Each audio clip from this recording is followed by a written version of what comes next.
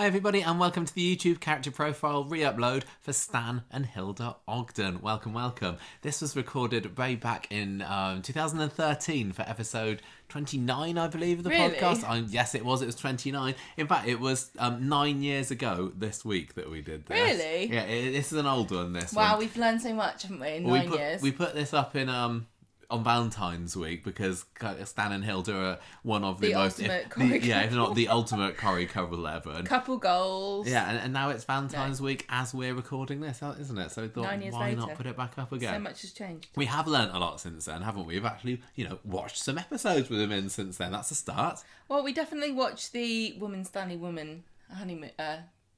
Second honeymoon episode when we recorded that because we talked about it. But... we actually know a bit more about Stan and Hilda, and also probably would be more than happy to tackle individual character profiles of both of them. Yeah, but I don't know why did we record it just you both said of them you together? said I don't know if we're going to have time to do. What did you think 9 was going to happen? years ago, I didn't realise that we'd still be going and maybe starting to run out of characters to do on our character profiles. And never mind. I think maybe Stan and Hilda are prime for a re-record at some point. This isn't it. This is just saying welcome to an old character profile of what has now become, I don't know, one of my favourite... This is probably my favourite couple, and I may well even say that Hilda is my favourite character ever on Coronation Street. I absolutely love her, but...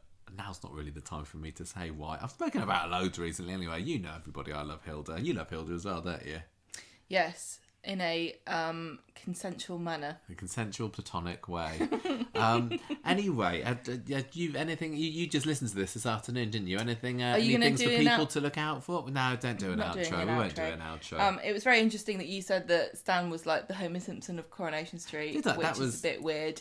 Oh, no, I think that's true. You stand by it, do you? 9 years later? And we also said that that they were like the ultimate couple, and we tried to think of current couples that could rival them, and we could think Ken and Deirdre, Kylie and David, and Roy and Hayley. Oh gosh, that's pretty tragic hearing those three. Yeah, that's all we got to say. Speaking of which, we do also talk about the fact about is Hilda going to come back for one last shout, because this we knew that wasn't going to happen. We knew it wasn't going to happen really. Gene Alexander, but now it definitely cannot happen because sadly Gene Alexander has passed away since this was recorded, so look out for that. But no, she'll just have to go down in Corrie history. And you know what, Hilda still could be killed off screen, couldn't she? It still could happen. They could still pull an Elsie and to have somebody refer to it. I'm still like holding out hope for her rather than to come back and we were waiting for the 60th anniversary to give her a bit of a shout out where they just ran over Dennis. No, that was the 10,000th episode. The same year though, wasn't it? Yeah. Anyway, this is more than enough waffling for you, I guess. You want to hear what we had to say about Stan and Hilda back 9 years ago. So here it is. Enjoy. Wallow in it, everybody. So, it is our time for our monthly classic character profile. Usually we do somebody that's kind of linked to the storyline that's been going on at the moment, but we couldn't think of anyone for this week. I didn't really try very hard. Because we didn't, did we? No, we had a better idea. We thought we would choose a classic Coronation Street couple to celebrate Valentine's week. No, I'm not talking about Carl and Sunita, nor am I talking about Robin and Tracy, but the real Corrie couple that's probably most fondly remembered one on the street, Stan and Hilda Ogden. Who? I think it's safe for us to do both of those together in one character profile because the chances of us being able to do them individually are slim. So, Stan and Hilda. No, it's right, the asteroid didn't hit us. Hilda was played by Gene Alexander. She was born on the 2nd of February 1924, which was ages ago. Hilda first appeared on the 8th of July 1964, which was also ages ago. And rub it in. Her last appearance was on the 25th of December 1987. She appeared in no more than 1,614 episodes, so a good run. Stan was played by Bernard Ewens. He was born on the 17th of May 1919, that's ages ago as well. He died on the 21st of November 1984. His first appearance on Corrie was just a bit before Hilda's on the 29th of June 1964. And he last appeared on the 7th of March 1984. So this was sort of 6 months or so before his character died, because Bernard Ewins ended up sort of really deteriorating in health, and he had to leave the programme, and then sadly the actor died before he got the chance to film any final scenes, a bit like we had with Betty recently and Blanche, so they had to write him out. He appeared in fewer episodes than Hilda. He was in 1,229 episodes.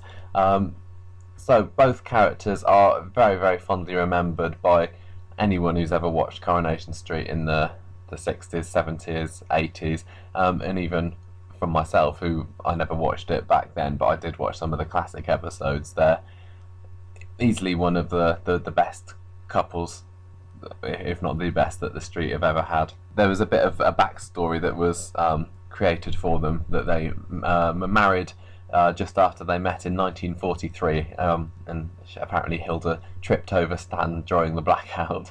So that was their eyes. How erotic! Their eyes met through the darkness, or they didn't met, but maybe they had a good feel of each other. Yeah, you feel all right. Stan and Hilda had 4 children: Irma, Trevor, Sylvia, and Irma. Yeah, she's the one that disappeared. You remember on that? You remember on that the Coronation Corrie years programme, and it was Irma, and she said that the actress said that she left and she just didn't turn up at work one day, so they had to swiftly write her out. That was Irma. There was also Sylvia and Tony, and I don't think they were ever on the show, but they were, the backstory to them is that they were taken into care after Stan beat them when drunk. But Charming. But they weren't really mentioned very much in the show, and it was by the time Stan and Hilda left, it was like Sylvia and Tony never existed. So like I said, the Ogdens were one of the most beloved couples on the street, and I think it was partly down to their continual run of bad luck. And when I was doing the research for them, in one of my Corrie books, the little paragraphs that were about them were all about a bad year for the Ogdens, unlucky Ogdens, Stan's bad luck, and I think when you have characters like that go through these tough times, but they still manage to kind of come out the other end. They don't whinge and moan about it. They come through. I think that sort of can get a lot of heart. Yeah, it does. It gets your sympathy, because you can imagine there's lots of characters, if they'd gone through half of the stuff that the Ogdens had gone through, they'd have just moaned and got depressed and hit the bottle. But didn't happen back in those days. Bit spirit. Yeah. Hilda, apparently, this was in 1982, was the most recognisable woman in Britain. 4th most recognisable. Who do you think was more recognisable than her? Maggie Thatcher. Probably her. The Queen. Yeah. And Helen Mirren playing the Queen. No, I can't remember. It's probably Princess Diana. I don't remember. I can't remember. It must have been her. Probably those 4. Yeah. So, what comes to mind when you think of Hilda Ogden? Headscarf. Yes. Curlers. Yeah. Yeah, she had a very iconic look. Muriel. Yeah, she had lots of like malapropisms, didn't she? She would sort of say the wrong things, and her Muriel was her name for her mural, which she thought was very classy when she had that installed on her wall. She's got a very famous voice, hasn't she? I think to be a classic Coronation Street character, having a memorable voice helps, because it means that lots of people will do impressions of you. It's like when we went to see that excerpt of the play at the pub. Yeah, the Lassie Gallery. And the lady who was playing Hilda, and she did the voice perfectly. She did. And that was the thing that made you. Yeah, I think that's her. Click with her. Yeah, it wasn't just when she was speaking as well. She always sort of used to sing in this really trilly voice. It was funny. It's like a little budgie.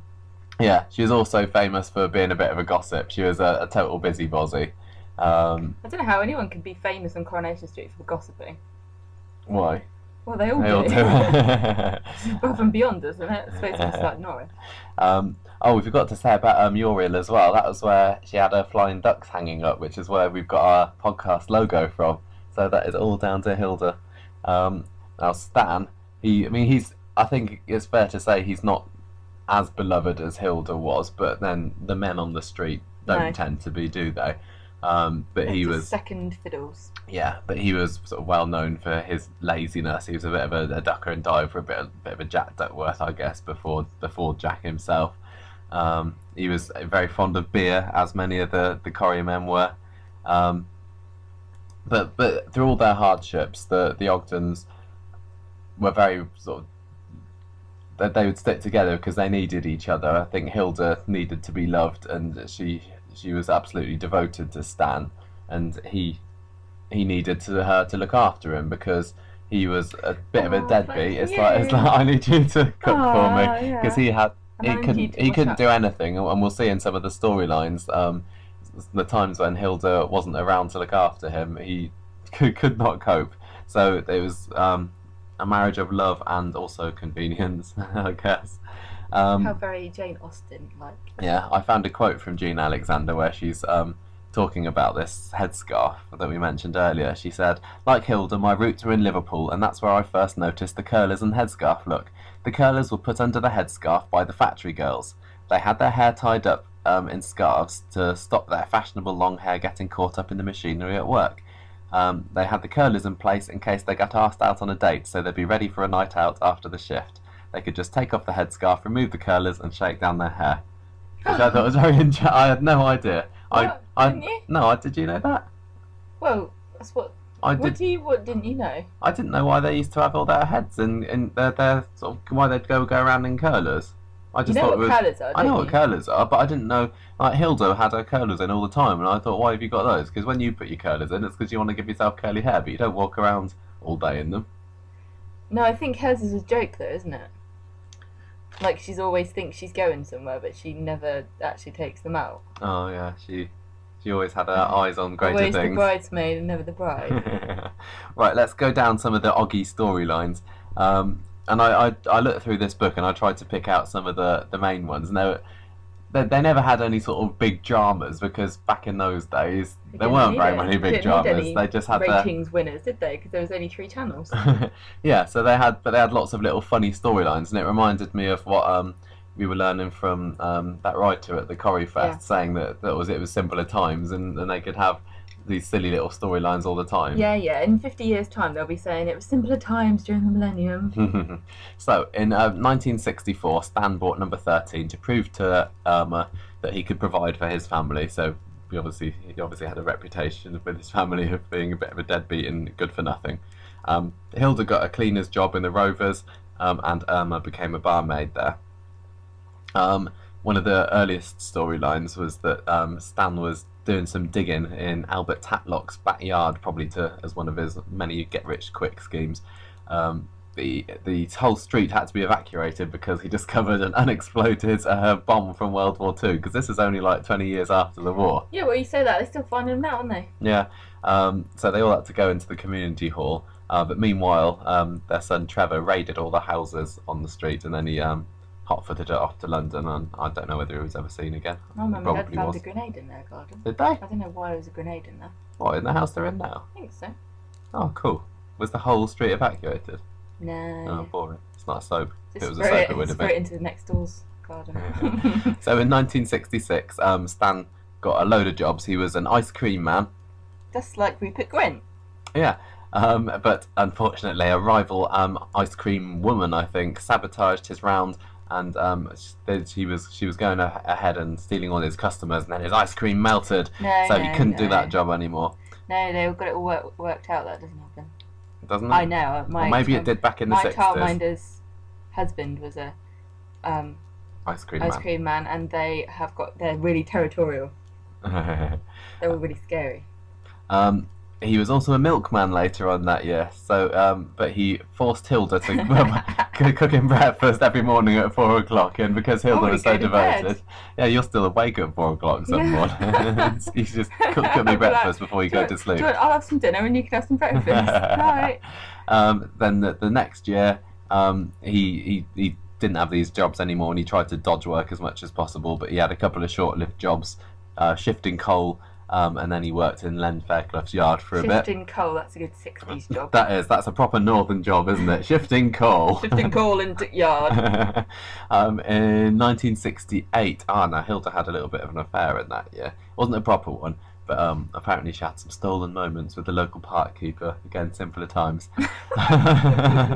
This park keeper's wife found out, and she went to tell Stan about it. But she said, "Don't worry, because a guilty spouse is an attentive spouse." Really? Yeah. So and which proved to be true because don't get any ideas. How can I make you feel guilty? Well, Hilda was running around being extra nice to Stan and cooking him breakfast at stupid o'clock in the morning.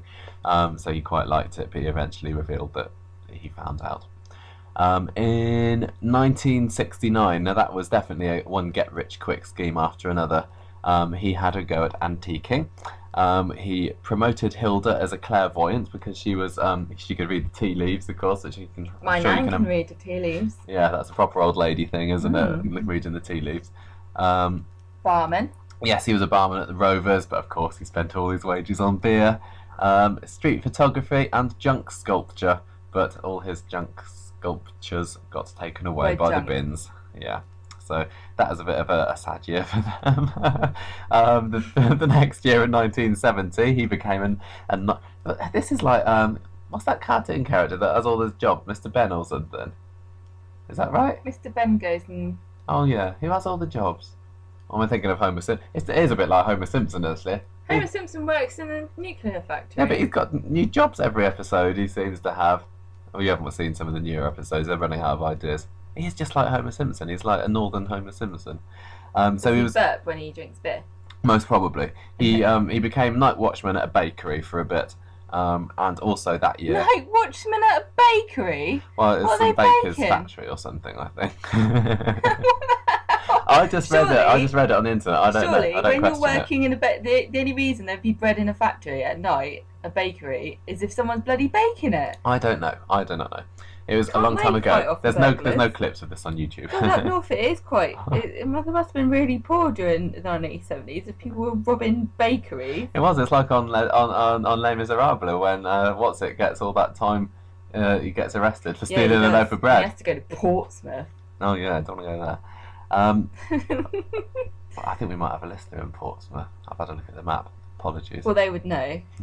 They would know. They would understand our great rivalry. Yes. Also that year, Hilda we love you, really. Looked after the corner. Yeah, I went to Portsmouth yesterday. I know you went shopping there. Yeah. Hilda looked after the corner shop for a bit because Irma was running that or working there, and she ordered lots of exotic goods because she didn't really understand about that. She didn't order 500 jars of olives, but it was just as bad because by the time Irma came back, the business was £20 down. So that was obviously a lot of money back then. Oh, she ordered in. She ordered it. Goods. Yeah, she said, "Oh, I think people will like these pineapples or whatever." Curried anchovies instead of anchovies and tomato sauce. Did they even have curry back then? Yes. So then in 1971, the Ogdens bought a colour TV. They were going up in the world. Aww. But it was later repossessed because they couldn't afford to keep up with the repayments. It's probably when Gav got hers. Oh yeah, that's my great aunt. She's still been paying rent on a television that she's had for 20 years. They should be shot for doing that, shouldn't they? I know. But fear not, there is there's more to that storyline in a few years' time. The colour TV saga. Stan installed a massive serving hatch to try and appease Hilda after not being able to pay for the TV. So we can't watch the TV. We can look into the next room. You can push a turkey through it at Christmas. Well, it was a giant serving hatch they installed because he managed to get like a catering-sized one by mistake. So there was a bit of comedy there. But there was good news for the Ogdens later that year because they won £500 on the premium bonds, and some of that they spent on a little minibar. So that was very nice of them, and they had a nice party. Would you like a minibar? I would not like a minibar, no. Would you like one of those minibar fridges? No. In 1972, Stan decided to retire because Hilda had 5 jobs. So he thought, well, we're getting lots of money in, I don't think I need this anymore. Fair enough. You should get some more jobs. I don't think so. You should. No. She wasn't happy with this, so I think she ended up quitting a couple of them. But you've only got one. My job is enough. I have to look after the cat. Yeah, well... That's a job. Shut up. Being a wife's another job. Yeah, you have to cook my dinner. Cook my tea, woman. He also got a lorry driver's job, like long distance stuff, but he landed up in hospital because he had a crash. That's the worst thing you can do if you're a lorry driver. Yes.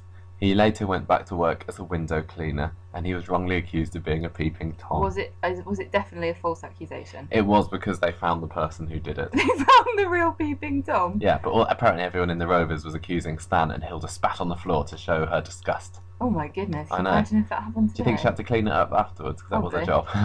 Don't worry, I'll get it. In 1973, Hilda went away to visit her brother, and Stan was forced to fend for himself, but unfortunately he didn't quite manage it, because there was like mice all everywhere, and when Hilda came back she found that the house was being fumigated. That's why when I go, my mum says, "Shall I invite Michael round for his dinner?" And I'm like, "Yeah, you should, Mum."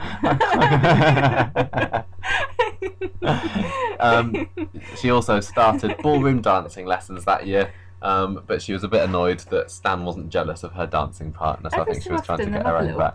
Ballroom dancing storyline, weren't they? I know they do. Like Hayley had a ballroom dancing, and Jack and Vera, I think, had some ballroom dancing for a bit. They obviously the flamenco like that. dancing. Yeah, it's usually linked to Blackpool as well.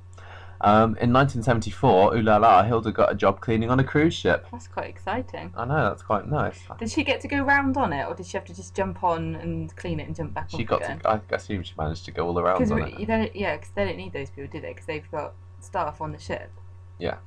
I think this was a time when Hilda was getting a bit depressed, and so Stan helped her to find this job to cheer her up. Run off on a cruise I ship? think that would be brilliant. We wouldn't be able to upload our podcast though, would we? We'd have to do slow internet on a cruise ship. We'd have to do what, because we live in Southampton, which is obviously a huge cruise ship port. If you walk into town on the day when there's a ship in port, all of the crew come off and they all sit around the Apple shop stealing their internet. They're all on their laptops and stuff, talking to their families. That's what we'd have to be doing. I love seeing that. Also that year, Stan was fined £50 for drink driving, and Hilda had come back off this cruise job sort of flushed with cash, and she helped him to pay the solicitors, but she didn't realise how much it would be. So when he was only fined £50, they still had loads of money left. They celebrated, but the solicitor's bill was £143. God, you could buy a boiler for that. So more bad luck for the Ogdens. In 1975, I'd just like to say, it's not really bad luck, is it? What? This is all like their own doing, Stan's own doing. Yeah. He fell off his window cleaning ladder, then that must have been bad luck. And Hilda had a shoddy ladder. Hilda had to take on his job with the help of Eddie Yeats, who had, I think, just not been in the programme too long, and he ended up being sort of a lodger, and he was a bit like a surrogate son to them, a little bit how like Tyrone was to Jack and Vera. A bit older. Yeah, and Stan was later given a clean bill of health by the doctor, but he quite liked lounging around and getting Hilda to do his job for him, so he didn't tell her for about 2 weeks that he was better. In this relationship, Stan is like a cat, and Hilda's like a dog. Stan's lazy and demands attention for no reason. Hilda's loyal and hardworking. It's like a dog. Nice simile. I like dogs. I know. In 1977, Hilda made... Oh, this is funny. She decided that all her bad luck was down to the fact that they live at number 13 Coronation Street. I agree with her. I refused to do work on Friday the 13th. So she decided to get him to change the house number to 12A, but unfortunately they didn't have planning permission for it, so they had to change it back again. Me and my dad got confused once up the road because we were looking for a number near 13 and there wasn't a 13 anywhere, so we couldn't use it to orientate where we were, and we asked the bloke and he said that nobody, I think it's Eastleigh Council, there are no 13s. Really? That's what he said. Weird. Weirdo, isn't it, Eastleigh? I know. Now 1977 was also had the famous episode where Hilda won the second honeymoon. There was a magazine competition where she had to do it's like one of these slogan competitions, and her slogan was "Be a mistress as well as a wife, and your husband will still be your boyfriend." Aww. So they won a second honeymoon in this posh hotel, and I think that was one of the episodes on the 50th anniversary DVD that we watched. Seen it. Yeah, so Stan sort of liked the fact that they had the minibar there, and Hilda was just like living this luxurious evening because sort of all her life she'd wanted to sort of better herself, I think, and it's a bit like Sally. Doesn't really. Everyone? And that nobody's happy with what they got. That's the human existence in a nutshell. And that episode gave us one of the most famous Coronation Street quotes from the past 50 years. Where they've got their glasses of whatever they're drinking, and then Hilda gives him a kiss, and he goes, "What's that lipstick taste of? And Hilda says, "Woman, Stanley, woman." Any more than that? Fantastic line. That is oh so quotable. In 1978, Eddie buys a blue and green screen to fit over Hilda's black and white TV. So this is the continuation of Hilda wanting a colour TV, but still, they had the silliest screen to go over that. Also, tragedy strikes that year because Stan falls asleep in the bath and it overflows, and all their and her beautiful mural is ruined. So what was once a picture of the Rockies was then replaced with a seascape one. So all was not lost there. Goodness for that. I always liked her mural, and I remember like in later episodes when Sally and Kevin would do the decorating, they'd like uncover it, wouldn't they? And they'd say, "Oh, do you remember the mural? Remember this, everybody." But I think they took it down properly in the end. It was a bit sad, really, because it was nice for that to come out. That should have stayed there. Now, in 1982, this is quite important, Hilda was employed as a cleaner by Dr. Lowther, and this ended up sort of being part of her exit storyline 5 or 6 years later. In 1983, she inherited some money from her brother who died, and Stan was delighted to discover that he was 3 years older than he actually thought he was. He got his birth date wrong. He was older? Yeah, he thought he was like 4 years away from retirement, but he turned out he was only 1 year. I think that happens with old people, doesn't it? In that they don't realise how old they are. I don't know how that would ever happen to me. Why? Because every year is like a painful reminder. I'm sure You're 1 year older. Wasn't there like one of my mum's friends that thought that they were one age, but it turned out they were... wasn't it Gav? She thought she was... Probably. We have known somebody that this has happened to, that they thought they were 1 year older than they actually were, or younger than they actually were, I don't remember. But anyway, they celebrated the fact that he was nearly ready to retire, and they also celebrated their Ruby wedding in the Rover Select that year. Are they sure it was their Ruby one? Who knows? In 1984, sad year indeed, because Stan became bedridden. He stubbed his toe. Sounds like he wasn't far off that. Well, yeah, he stubbed his toe on the pavement, was the reason they gave for it, and he had to end up going up to bed. Now, I think there'd been a bit of a storyline earlier on in the year about him owing money to somebody, but then sadly the actor had to leave, or he died. I can't remember what happened first. So that they had to concoct this. Definitely, he would have died before he had to leave. Shut up. So they had to concoct this storyline where Stan was up in the room, and I remember watching this on the repeats, and they'd like have had him banging on the. They'd have Hilda sort of shouting up the stairs to him, and he'd be banging on the floor with his broom. My mum used to do that when she was sick. She used to go. Yeah, your mum was actually there. That was the difference.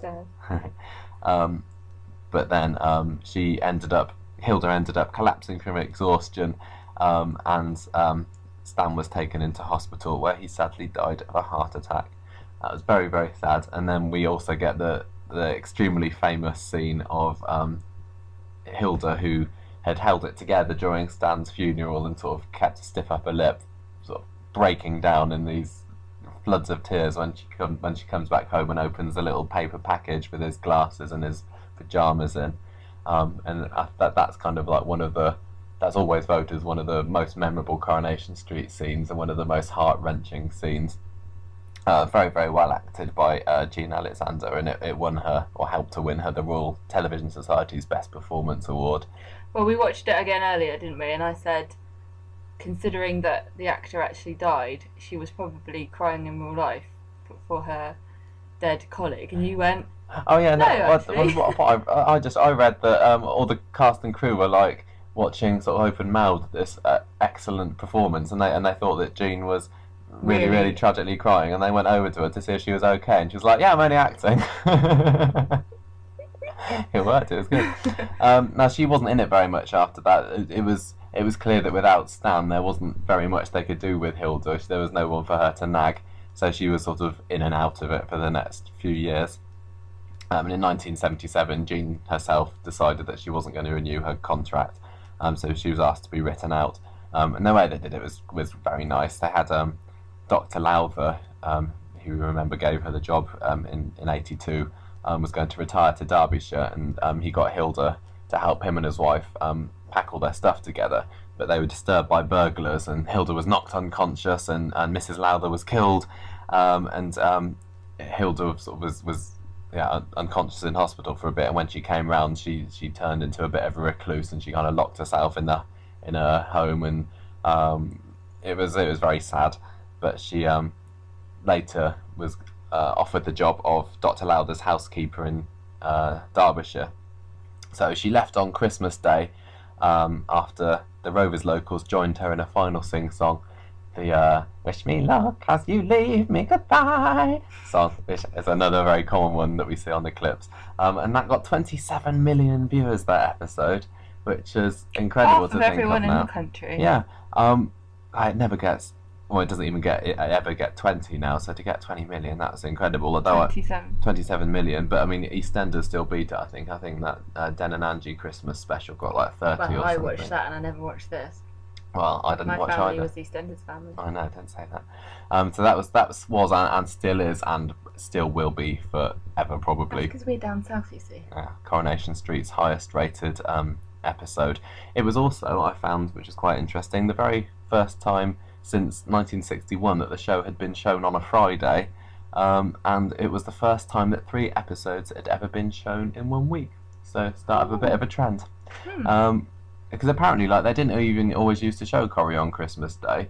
It was really, yeah. I mean, now you think, well, whatever day Christmas is in, there's going to be an hour-long Corrie on. Yeah. But so they used to just hit or miss. Yeah, it was just if it happened to be on, then it was on. But it wasn't until this EastEnders Christmas storyline that the TV execs realised that people actually watch TV on Christmas Day, and this is a good day to show your soaps. When we were watching the Idents in the Lasagari at the beginning of the year, we saw the Christmas Day lineup, which wasn't very impressive. No. I can't remember what year it was from. But I wonder when Christmas television became like a thing. I don't know. You know? Yeah. Because probably they would have all thought, just turn the telly off and play... Yeah, play a nice game of cards or something. Yeah, that's true. So that was the last we saw of Hilda until 1990, when there was a brief scene of her. She agreed to come back as part of an ITV telethon, and there was a scene of her sort of looking at Stanley's grave. What kind of miserable telethon was that for? It was an ITV one, and they only did 3 of them, because usually when telethons you think of like Children in Need and Comic Relief, which was on BBC, but ITV did one for a few years. What were they raising money for? I don't know. Tidying people's graves up. Poorly children, probably. Poorly children. Instead of red nose, they had like big blue ears. Don't you remember that? Of course I don't. I do.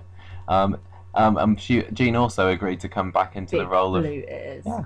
She also agreed to come back into the role of Hilda in 1988 on a special, Women of the Street, and it was Betty visiting Hilda and sort of saying, "Oh, do you remember Elsie Tanner? Oh, do you remember Emily? Yeah, she's still going." Don't remember, no. And that was the last we saw of Hilda, and that will be the last that we'll see of her, because since leaving, Jean Alexander has been very critical of kind of the racier direction that Coronation Street's gone, and she's like, oh, things were so much simpler back then. Now it's all about who's sleeping with who and murders and affairs, and it's not a place for Hilda. Yeah, I agree with that. Yeah, she wouldn't fit in. She was very much sort of her time, and there aren't really people like that around anymore in real life. Apparently she was offered quite a large sum of money to come back for the 50th anniversary. Yeah. I really wonder. Yeah, but she's like, no, don't want to do it. Gosh, she's a woman of principle, she is. Yeah. Now, the Ogdens have received like quite a lot of sort of awards for, well, not proper awards, but, you know, nods for their contributions. In 2002, they were voted the top romantic couple in an NTL home poll. They were voted ITV's favourite characters in 2005. Hilda was voted the greatest soap character of all time in a Radio Times poll in 2004, and Jean said, "I've no idea why. I'm totally flummoxed. If they remember Hilda with such affection, then I'm happy and very flattered. It means that I did a good job, and that's what I set out to do." Well done. Yeah, what a great character. There's great pair of characters. Oh, yeah, I mean, you forget about Stan sometimes, don't you? But he was just as important a part of the duo. Well, the fact that she couldn't really stay in it for very long when he's gone. Yeah. It's the same with Jack and Vera. Yeah, definitely. I think if you were to think of anyone that compared to Stan and Hilda, Jack and Vera, the the only other ones because of their like fiery relationship, but they still loved each other deep down. Who's going to be this era's version of that? There's no one. We talk about it quite a lot, don't we? Yeah, and the only kind of proper couple are Roy and Hayley, but they're not the same kind of relationship. You've got Ken and Deirdre. Yeah, but they're like the eternal couple, aren't they? I could imagine, I don't know, like David and Kylie maybe, we've said, haven't we? You can't replace Hilda. No, of course no. No, that's what we say about lots of the classic characters. But what about, I just wish that I'd been watching it back then. Not. Yeah, but you'd be old then. Oh yeah, I'd be old. I'd be old now. I don't be old now. Yeah, but you might retire soon. Oh yeah. I think lots of our viewers listeners will have seen it when they are on, and we can't really do them justice having not properly watched them ourselves. No. But respect to Hilda and Stan. Big up the Ogden clan. Yeah. I wonder whether they'd ever like bring in a younger relative to just try and get the name back into the street, like they did with Tommy Duckworth. Yeah. Don't say anything more. It could work if they weren't like Tommy. Yeah, but they brought Tommy in and they're like, look, it's a new Duckworth and he's handsome. That's not the point of the Duckworths. No. I guess they're best left the way they are. Yeah. I wonder whether like they'll ever properly kill her off and someone will find out that she's died. Like they did with Elsie. Yeah. No, it's because it was done once as a nice gesture. I think it'd be stupid to do it again. It'd just be a bit cheesy. Yeah, I guess. Well, how would they even? Well, I don't know. Rita would probably find out, wouldn't she, or somebody? The actress is still alive. Yeah. So maybe. I just wonder whether she dies, they'll say anything or do anything as a tribute to her. She does sometimes get name dropped, doesn't she? Yeah, Hilda? maybe they will when she dies.